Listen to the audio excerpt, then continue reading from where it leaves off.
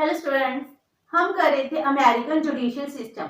Last session में हमने American judicial system की फीचर्स की एंड उसके बाद जो स्टेट जुडिशियल कोड है एंड जो फेडरल जुडिशियल कोड्स हैं इनका डिफरेंस किया ऑर्गेनाइजेशन की। एंड आज हम इस सेशन में करेंगे composition of federal supreme court. जो फेडरल सुप्रीम कोर्ट है इसकी क्या फीचर्स हैं, इसकी क्या कॉम्पोजिशन है। तो पहले देखते हैं हम फेडरल सुप्रीम कोर्ट।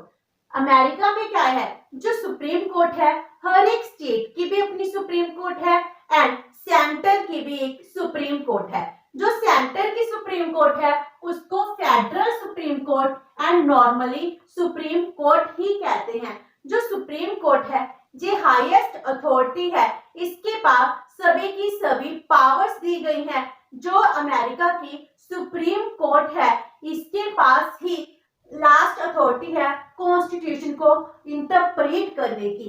तो जो फेडरल सुप्रीम कोर्ट है इसके रिगार्डिंग हम करते हैं।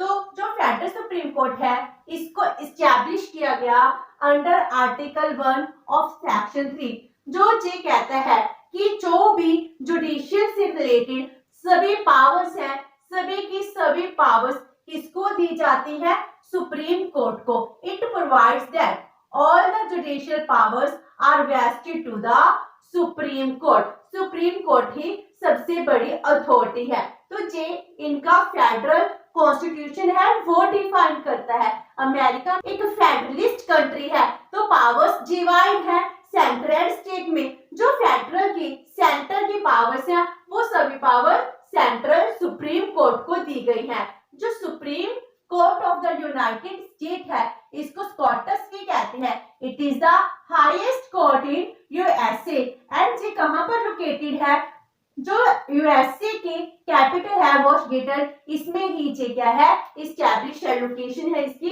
Washington DC. तो सुप्रीम कोर्ट वहां पर ही है। तो अब करते हैं कॉम्पोजिशन ऑफ सुप्रीम कोर्ट।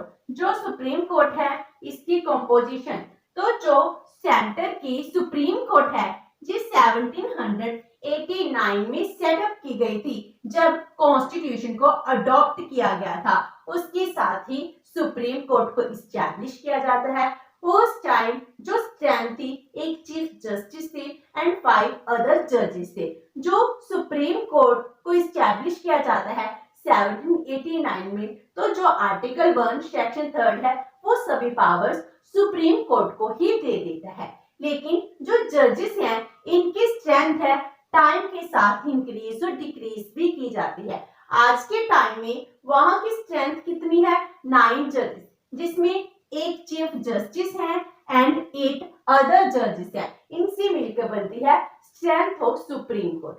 जो जस्टिस जॉन ग्लोवर रॉबर्ट जूरिस हैं वो आज के टाइम के वहां के चीफ जस्टिस हैं। एंड वो कौन से चीफ जस्टिस है, 17th चीफ जस्टिस मीन्स 1789 से लेकर आज तक 2022 तक वहां पर अभी तक 17th चीफ जस्टिस ही हैं। क्योंकि वहां पर जो जस्टिस है उनका लॉन्ग टेन्योर होता है, उनकी रिटायरमेंट की कोई एज नहीं होती, वो अपने आप ही जब चाहे वो रिजाइन कर सकते हैं। इसीलिए आज भी वहां पर 17th चीफ जस्टिस ही हैं। तो बचे रही कॉम्पोजिशन ऑफ सुप्रीम कोर्ट। अब करते हैं appointment and qualification of the जजेस। जो सुप्रीम कोर्ट के जजेस हैं इनकी अपॉइंटमेंट कैसे की जाती है और इनकी क्या क्वालिफिकेशंस हैं। जो अपॉइंटमेंट है, अपॉइंटमेंट किसके द्वारा की जाती है, bye the president with the approval of senate. वहां पर अगर हम देखें प्रिंसिपल ऑफ सेपरेशन है, जिस वजह से क्या है जो जुडिशरी है डिफरेंट ऑर्गन है, सभी को डिफरेंट पावर्स दी गई हैं। लेकिन सेपरेशन के प्रिंसिपल को अच्छे से लागू करने के लिए इन्होंने चेक एंड बैलेंसेस है उसके प्रिंसिपल को भी अडॉप्ट किया है, जिस वजह से डिक्टेटरशिप नहीं आती है। इसीलिए वहां पर क्या किया गया है, जो जजेस है इन जजेस को प्रेसिडेंट के द्वारा अपॉइंट किया जाता है एंड जो लेजिस्लेचर है उसके द्वारा अप्रूवल मिलती है, फिर जाके उस जज को अपॉइंट किया जाता है। तो जो प्रेसिडेंट है प्रेसिडेंट जिसके नेम को नॉमिनेट करता है उसको क्या सेनेट अप्रूव कर देती है? नहीं। हो सकता है जब प्रेसिडेंट है किसी का नाम सजेस्ट कर रहा हो उस टाइम सेनेट को जो एक्सेप्ट ना हो, सो सेनेट के पास ये पावर है, senate can refuse to give its approval to the name proposed by the president. बहुत बार हिस्ट्री में ऐसा हुआ है, प्रेसिडेंट ने कोई नाम डिक्लेयर किया, प्रपोज किया, लेकिन सेनेट ने उसको अप्रूवल नहीं दी है। जैसे 1970 में प्रेसिडेंट निक्सन ने हार्लट कासवेल का नाम सजेस्ट किया था, लेकिन सेनेट ने क्या कर दिया? रिजेक्ट कर दिया। इसी तरह जो भी नेम प्रेसिडेंट सजेस्ट करता है जरूरी नहीं है सेनेट उसको अप्रूव कर देती है, तो सेनेट टाइम के साथ इसको डिसअप्रूव भी कर सकती है। सीधी अपॉइंटमेंट। अब क्वालिफिकेशन, क्वालिफिकेशन कैसी होनी चाहिए? जो प्रेसिडेंट है, प्रेसिडेंट अपॉइंट करता है, लेकिन इसके लिए कॉन्स्टिट्यूशन में कोई भी क्वालिफिकेशन को मेंशन नहीं किया गया है, not mention in the constitution. तो यही देखा जाता है प्रैक्टिस में, जो सबसे हाई लीगल क्वालिफाइड होता है उसी को ही जज अपॉइंट किया जाता है। जब जी प्रेसिडेंट की अपनी मर्जी है वो किसका नाम प्रपोज करेगा, सेनेट की उसको अप्रूवल होगी, तो जी क्या हो गया? पॉलिटिकल बेस हो गया। तो आज के टाइम में वहां पर जो चीफ जस्टिस है या अदर जज हैं उनको कैसे अपॉइंट किया जाता है? On the basis of political. तो आज पॉलिटिकल बेसिस पर अपॉइंटमेंट होने लगी है। जैसे जस्टिस अल वॉरेन थे जो 14th चीफ जस्टिस थे, उनको कैसे अपॉइंट किया गया था? उनको भी पॉलिटिकल बेसिस पर ही अपॉइंट किया गया था, क्योंकि वो जो कैलिफोर्निया है उसके गवर्नर थे जब वो चीफ जस्टिस नहीं बने थे। तो चीफ जस्टिस का ऑफिस संभालने से पहले वो कैलिफोर्निया के गवर्नर थे, उसके बाद ही जाकर वो चीफ जस्टिस बनते हैं। तो आज के टाइम में चीफ जस्टिस की जो अपॉइंटमेंट है किस बेस पर होने लगी है? पॉलिटिकल बेसिस पर होने लगी है। अब हम करते हैं टेन्योर ऑफ द जजेस। जो जजेस हैं, जजेस का टाइम पीरियड कितना है? जैसे कोई क्वालिफिकेशन को डिफाइन नहीं किया, वैसे ही टाइम को डिफाइन नहीं किया गया है। तो जो रिटायरमेंट एज है इसको फिक्स नहीं किया गया है। तो इसका मीनिंग क्या हो गया?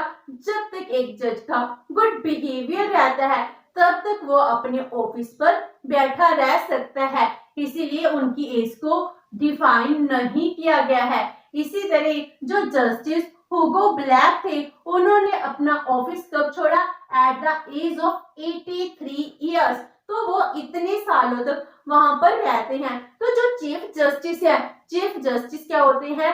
वो बहुत टाइम तक अपने ऑफिस में रहते हैं, इसीलिए तो आज भी 240 इयर्स के बाद भी वहां पर ओनली 17th चीफ जस्टिस ही विराजमान है। इसीलिए वो चाहते थे कि जो चीफ जस्टिस है इनकी रिटायरमेंट जल्दी हो जाए। तो 1937 में क्या किया गया? एक बिल पास किया गया जिसको जुडिशियल प्रोसीजर्स रिफॉर्म बिल कहा जाता है। इस बिल के अकॉर्डिंग क्या किया गया?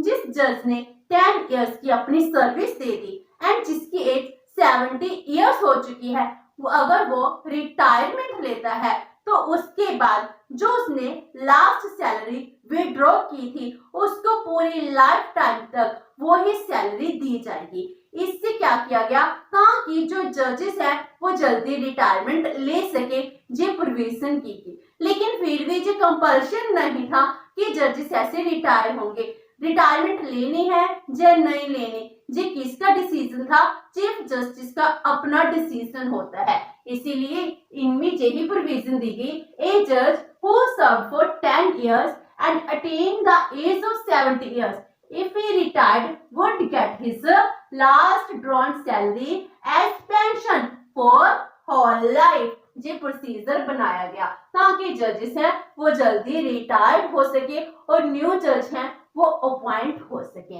एंड इसके बाद अगर हम किसी जज को रिमूव करना चाहते हैं तो उसकी क्या प्रोसेस है? रिमूवल ऑफ द जजेस। तो जो जजेस है इनको रिमूव कैसे किया जा सकता है? By impeachment. इसीलिए तो वहां पर जो जुडिशरी है इंडिपेंडेंट है, इम्पार्शियल है, उनको ओनली इम्पीचमेंट के द्वारा ही क्या किया जा सकता है, रिमूव किया जा सकता है। इम्पीचमेंट भी कब होती है, जब उन पर चार्जेस लगाए जाए करप्शन के, मिसकंडक्ट के, जो सीरियस ऑफेंस करते हैं, इस वजह से ही उन पर इम्पीचमेंट मोशन है वो फाइल किया जाता है। जो इम्पीचमेंट मोशन है वो चार्ज कहां पर होता है, in the lower house, lower house, house of representative में जब चार्ज लगा दिया जाता है, उसको बाद इस चार्ज पर अप्रूवल भी चाहिए। तो अप्रूवल किसकी होती है, 2/3 मेजोरिटी की। जब चार्ज फाइल हो जाता है उसके बाद इन्वेस्टिगेशन होती है। इन्वेस्टिगेशन कैसे होती है, इन द सेनेट, सेनेट अपनी इन्वेस्टिगेट कमेटी बनाती है जो पूरी तरह इन्वेस्टिगेट करती है। अगर इन्वेस्टिगेट में प्रूफ हो जाए कि जज पर जो चार्जेस लगाए गए हैं ये ट्रू हैं, तो बाय 2/3 मेजोरिटी के द्वारा अगर ये मोशन पास कर दिया गया तो उसके बाद जज को रिमूव भी किया जा सकता है। लेकिन अमेरिका की हिस्ट्री में आज तक कभी भी किसी जज को रिमूव नहीं किया गया है। एक जज पर इम्पीचमेंट मोशन लगाया गया था लेकिन मेजोरिटी के थ्रू वो पास नहीं हो पाया, इसीलिए किसी को रिमूव नहीं किया गया। Next is salary of the जजेस। जो जजेस हैं इनकी कितनी सैलरी होती है, तो इनकी सैलरी कौन डिटरमिन करता है, कांग्रेस ही डिटरमिन करती है कि चीफ जस्टिस को कितनी सैलरी दी जाएगी। जितनी चीफ जस्टिस की सैलरी होती है उसके लाइफ टेन्योर में कभी भी उसको कम नहीं किया जा सकता। एंड आज के टाइम में 2022 में चीफ जस्टिस को कितनी सैलरी दी जा रही है, उनकी सैलरी है $2,86,700 पर एनम। एंड जो एसोसिएट जजेस होते हैं जैसे 8 अदर जजेस हैं, उनकी सैलरी कितनी है, $2,37,200 पर एनम। तो ये सैलरी है जजेस की। अगर ये उस टाइम ही रिटायर्ड हो जाते हैं जब इन्होंने 10 इयर्स की सर्विस दे ली और 70 इयर्स की एज अटेन कर ली, तो इनको यही सैलरी एज अ पेंशन के रूप में दी जाएगी। And last one is quorum and working of the supreme court.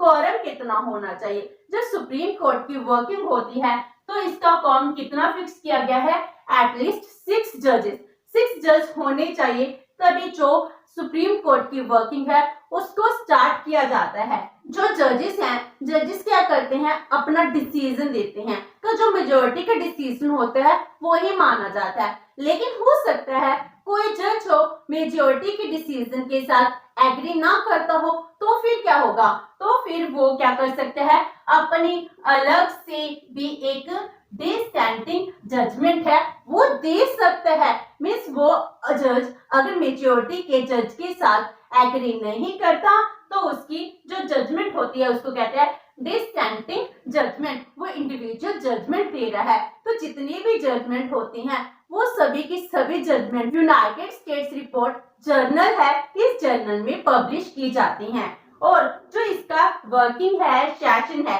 कब स्टार्ट किया जाता है, तो इसका सेशन जो रेगुलर सेशन होता है it begins on the first Monday of October. जैसे वहां पर इलेक्शन की डेट डिफाइन की जाती है पहले से ही कि इलेक्शन किस डेट को होंगी, उसके बाद कांग्रेस का सेशन किस डेट को डिफाइन होगा, प्रेसिडेंट के ऑफिस की ओथ कब लेनी है, तो ये सब कुछ डेट्स एंड डिफाइन है।